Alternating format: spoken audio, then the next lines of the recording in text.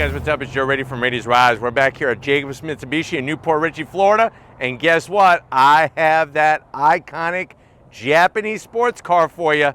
It's this car right here. This is it. This is a 2024 Nissan Z Performance spec. But before we get into this manual transmission, yes, we have the 6-speed manual, rear-wheel drive performance sports car. Let's talk about what's going on here. So as you know, the Nissan Z has been around since 1970. Crazy. But you know what? It always brought that affordable sports car driving experience. Now, there were some gaps in time where there was no Z car, but when Nissan decided to bring the Z back into its lineup, they got rid of the number in the name. As you know, the previous gen, it was all about the 350Z, the 370Z, but because this engine went up in horsepower but went down in displacement, they wanted to not go backwards with the name, and that's why this model is simply just called Z. One thing is for certain, if you're looking for that affordable sports car, this could be the most affordable, especially if you're looking at pre-owned. So why don't we go ahead, let's dive into this Z Performance and see if we can find out, is it truly the greatest of those affordable pre-owned sports cars? Let's go ahead, let's dive in and find out. Right off the bat, the shape. There's just something so silky, so smooth, so stylish with the silhouette of the Z. And you see what I did? I just dropped the S words. Boom, boom, boom, boom, boom.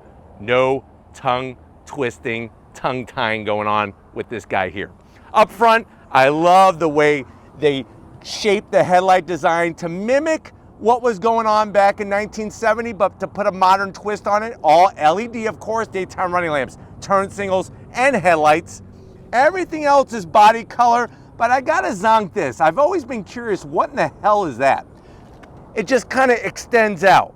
And it can't be good for aerodynamic efficiency because it just sticks straight out. And they could have made it a functional air curtain or brake cooling or put some LED fog lamps down there like a vertical stack. So let me know what you think about that little issue that I pointed out there. Now, as we come across the front nose, it's one of those shapes that in pictures and even sometimes in video, it doesn't look right. It's that rectangular shape. They really squared off the edges, and then you have this gunmetal finish up top, oval shape, and then flat black on the bottom. So very interesting the way they decided to do that. They were really trying to, like I said, blend it in with the 1970 240Z. You do have an integrated large lip splitter, and it is color matched. It's one of those things that like I said, I think the more you see it in person, the more you understand the design. For me, the best looking modern Z is the Z Nismo, but of course with that, you're looking at more money. But let me know what you think about the face of this one, especially with this beautiful gunmetal metallic gray. Now, as we rise up, just like the original 240, you have that peak in the center, and then it plateaus nice and flat. It gives it, like I said, that blending of the 240. And remember, it wasn't just the 240. 240 became 260, 260 became 280, and then once they started adding turbochargers, that's where we see ZX come into play. Technically, if you were going to use the old name structure, this would be called a 300ZX. But because they already did 350Z, 370Z, they didn't want to go backwards, and that's why they just call it Z. Now, as we come around the bend, I absolutely love the wheels that are going on here. You have these raised forged wheels. This is the real deal from Japan style, and that iconic company. Love the split spoke design. That gunmetal finish matches nicely with our paint job. You're gonna have the Akabono 4-piston calipers painted bright red with the Nissan badge. Of course, rotors well over 14 inches in diameter. And this is rear-wheel drive. There is no such thing ever as an all-wheel drive Z. Wheel is 19 inches in diameter. And if you're wondering, well, Joe, what is the size of the tire? You're looking basically at that 255 on the width, and then you have a 40 series sidewall. But let me know what you think about the style of the wheel. with our paint job, I think it looks fantastic. Because it's just a little bit darker. It's not the same exact color as the paint job. I think if it was the same color, I'm not really into monochromatic matchings, but because it's a little bit darker, it works. Working down the side, color match on the mirror caps. No, there's no such thing as a sunroof on the new Z. There wasn't even a sunroof on previous generations of Zs. There was a period of time where you could get a Z T-top, or yes, a Z convertible, but not on the modern Z. Nice sloping fastback roof design. You have that silver samurai sword trim. And I'm really happy that they did the door handles the way they did them, because if you remember on the 350Z and the 370Z, they were like bright silver and they kind of just stuck out like a sore thumb. Even the way that you have the side sill extension body color, but also in the flat black, really gives it a nice level of definition in that style. Now out back, you are going to get a little bit more rubber to meet the road, 275s on the back, limited slip diff because this is the performance spec, and those raised forged wheels. Don't forget, we have the calipers back there. They didn't go cheap on the brake calipers. Swinging around back, what do we got going on? When you go performance spec, you're gonna get your color match trunk lid spoiler, kicks up nicely, all blended in. And then, of course, the lights, paying homage to the Z32 300ZX twin turbo. That was my favorite Z, to be honest with you. That's probably my favorite one, I would have to say, growing up in the 90s. And then, of course, the updated Nissan badge, the Z badge once again, just like on the rear pillars. And then as we work our way down, they did a good job on an aggressive rear diffuser / cut on the exhaust. It would be nice, though, to be able to show more of these with some different exhausts on them. So stay tuned. I'm sure Nick, with his Z, is working on that right now, and we will eventually bring that to you. But why don't we go ahead, let's pop the hood and see that twin turbo V6 underneath it. All right, guys, got the hood popped. I love that strut tower brace that they have from the factory, and a decent engine cover, V6 twin turbo. What is it? It's a 3-liter twin turbo V6, 400 horsepower, and 350 pound-feet of torque. It is mated to a 6-speed manual. Thank you, Nissan. Hashtag save the manuals. 0 to 60, if you know how to do the dance in around 3.9 seconds. Top speed is governed to 155 miles an hour. MPGs, 19 in the city, 28 on the highway, and the vehicle weighs right around 3,500 pounds. So these cars are becoming harder and harder to find, especially with a manual transmission. But why don't we go ahead, let's fire up this Z and hear what it sounds like.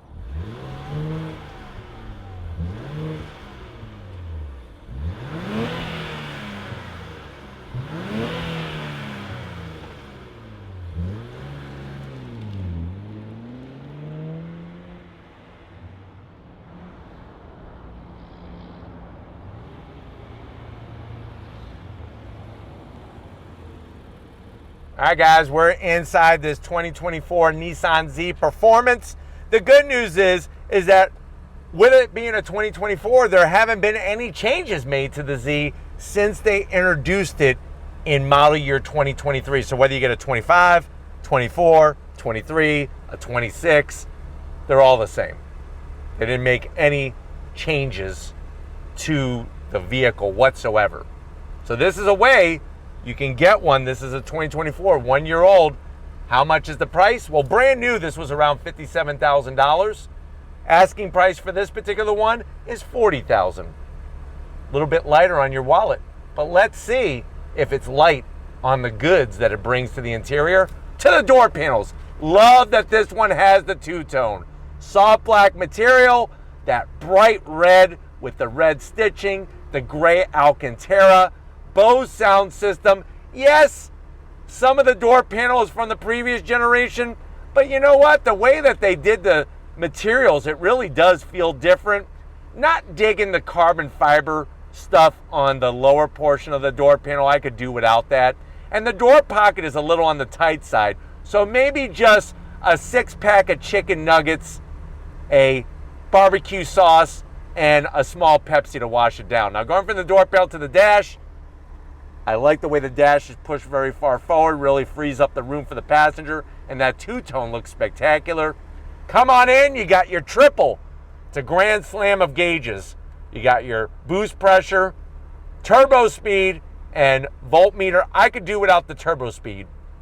Like, they should have had oil pressure or oil temp. That would have been nice. But at least they got rid of the stupid clock, digital clock, that was in one of the gauges like on the previous gen. Working our way down, 9-inch infotainment system. Down below, you have your standard AC controls, no dual climate.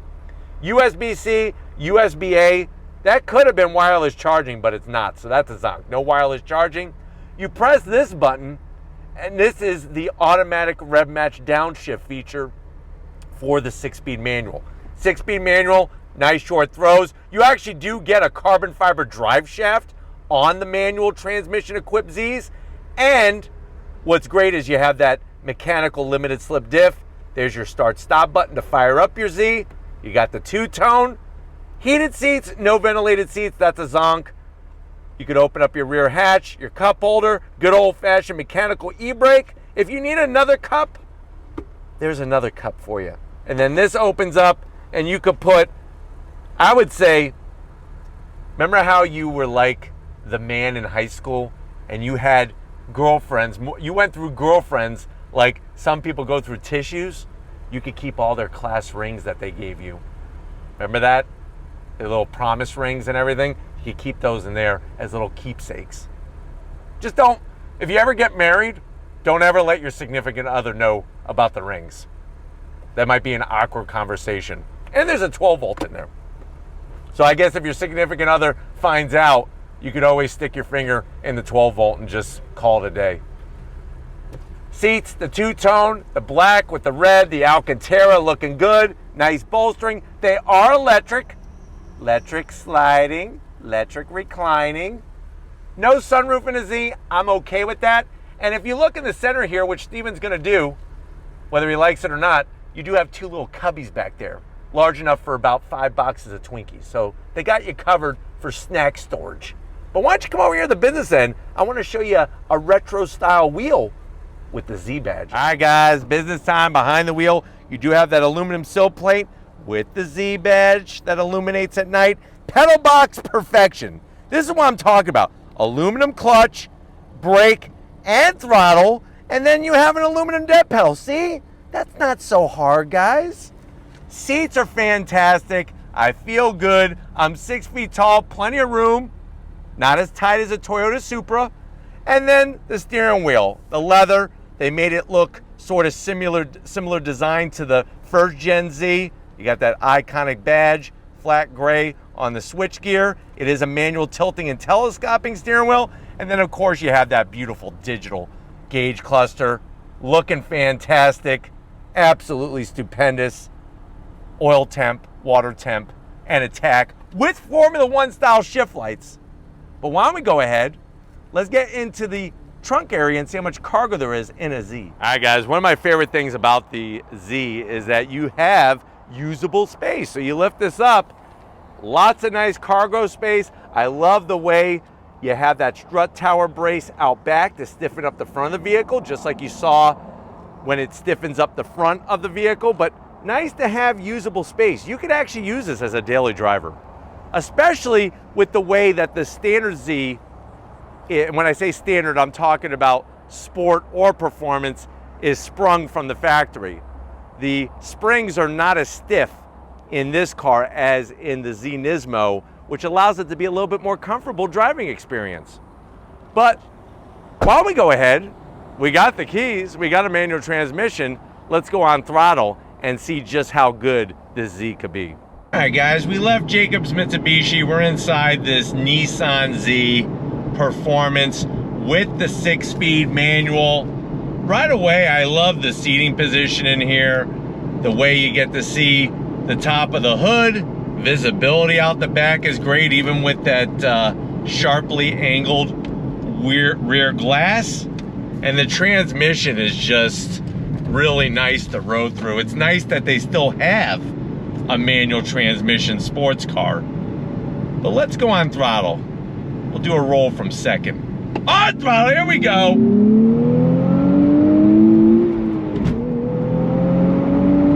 Nice. That twin turbo power plant, you're not waiting for boost. You're able to get some really linear torque delivery, which is nice for a twin turbocharged engine, because remember, the turbos are a little smaller. That's gonna negate a lot of the boost lag. The 12.3-inch digital gauge cluster is very, very easy to read at a glance. Nice large tach in the center. And then across the top, you have those Formula One-esque shift lights. The suspension, like I've mentioned before, is on the softer side. I wish that they would have made this be like the Z Nismo and then make the Z Nismo a little bit greater than what it is currently. I think that would have been the smart move. But other than that, for daily driving purposes, this is a sports car that you could truly daily drive, but yet also go have some fun and dance with her. She loves to dance, especially with this 6-speed manual. You got that high performance clutch. And we're gonna go on throttle again. On throttle, here we go.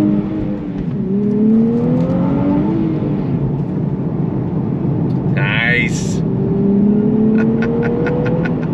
But like I said, it's just there's a little too much nose dive, and when you go on throttle, the nose creeps towards the sky, so it's a little softly sprung, a little too softly sprung for my liking compared to a Toyota Supra.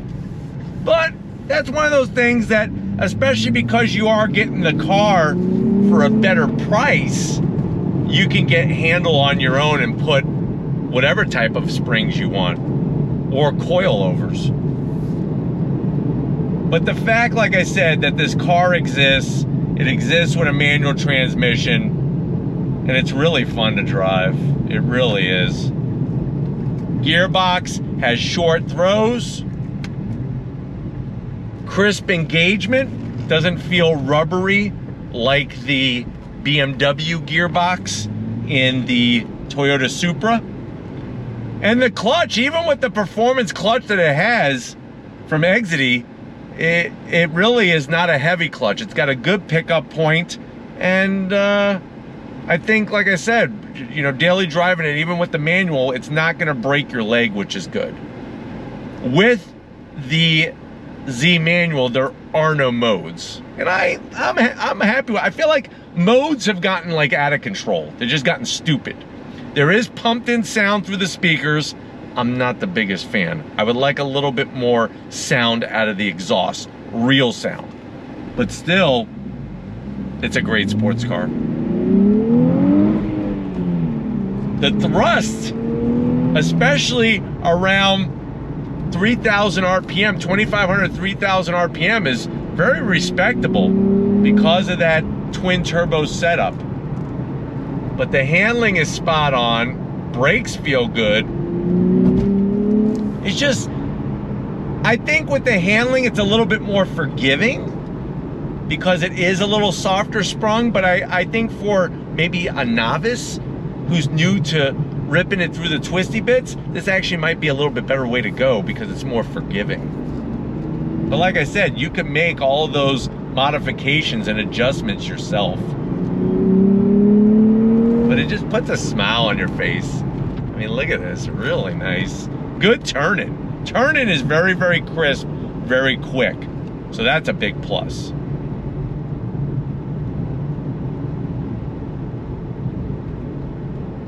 Not a lot of wind noise. There is some road noise from the high performance tires, but that's kind of like a given in a sports car.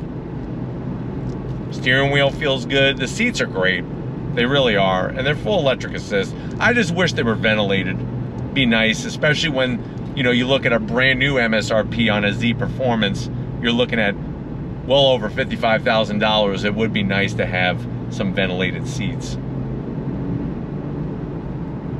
But from a look standpoint, a driving standpoint, it's a fun car to drive. And that's the bottom line. Are there other cars faster? Sure. Are there cars that are better handling? Sure. But there's just not a lot of cars like this. On throttle! Nice. I tell you, man, on a canyon road, this thing would be a hoot for sure. But I'm hoping that this has been a good, quick overall review of this Nissan Z Performance. We're gonna get back to Jacobs Mitsubishi and wrap this one up. So I'll see you in a split second. All right, guys, another great day here at Jacobs Mitsubishi. Definitely gotta thank Kevin, Daniel, and the rest of the team getting us access to this 2024 manual transmission Z Performance. Let me know what you think. For the price, is this the best way to go? 400 horsepower in a nice sports car shape, sports car driving experience? Let me know in that comment section. But if you're new to the channel, you're on your way out, hit that subscribe button. I promise you it's worthwhile. I'll come back for more. If you are a subscriber, thank you for being part of the Raised Rise family. Gotta get up to Stephen Flood. He's pumping his creatine and some of the other things. Only God knows what he's putting in his body, but he just keeps getting bigger and bigger every day. He's all grown up. So thank you, Stephen, for getting swole. And just like always, guys, I'll see you on the next ride.